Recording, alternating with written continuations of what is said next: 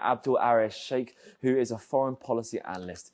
Hello and welcome to the show. So as Gaza enters another Ramadan under destruction, how would you describe the psychological impact of celebrating a holy month amid this ongoing trauma? I think we the Muslims that are not living in Palestine and Gaza, we feel the pains of the Muslims there, and especially in this blessed month where families come together, they bond together, and then to welcome this month and to do a lot of spiritual activities together in this month. I think we feel sad that the Palestinians and the Gazans, most of them, they've lost their family connections. Some have lost their parents. Some have lost their siblings. And then in this displaced entity now, you see them trying to recreate out of the ruins. You see them, at least they try to, recreate the ambience of Ramadan. So I think it's because of the strong faith of the Muslims, and especially the strong faith that the Palestinians and the Gazans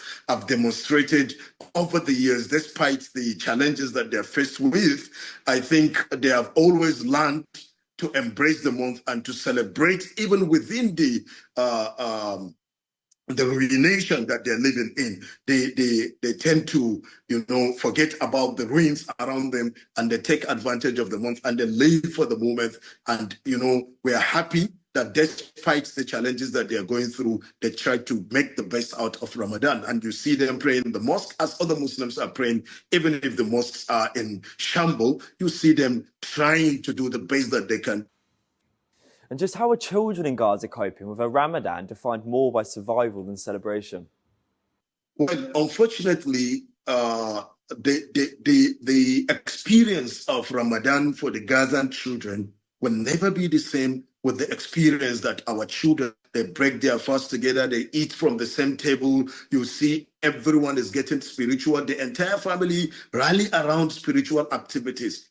For the Gazan children, it's unfortunate that they might not experience this, and most of them will not even experience this because most of them have lost their parents and then they're living as orphans. So for them, it's a different experience. It's a different experience. It's not going to be compared to the type of experience that our children have here, where they live with their parents and then, they get to eat together. I think this should send, sympathy into the hearts of anyone that has any moral standing with respect to humanity, that at least we should look at the condition of the children of Gaza and avoid anything that will create any such situations or any such conditions in future.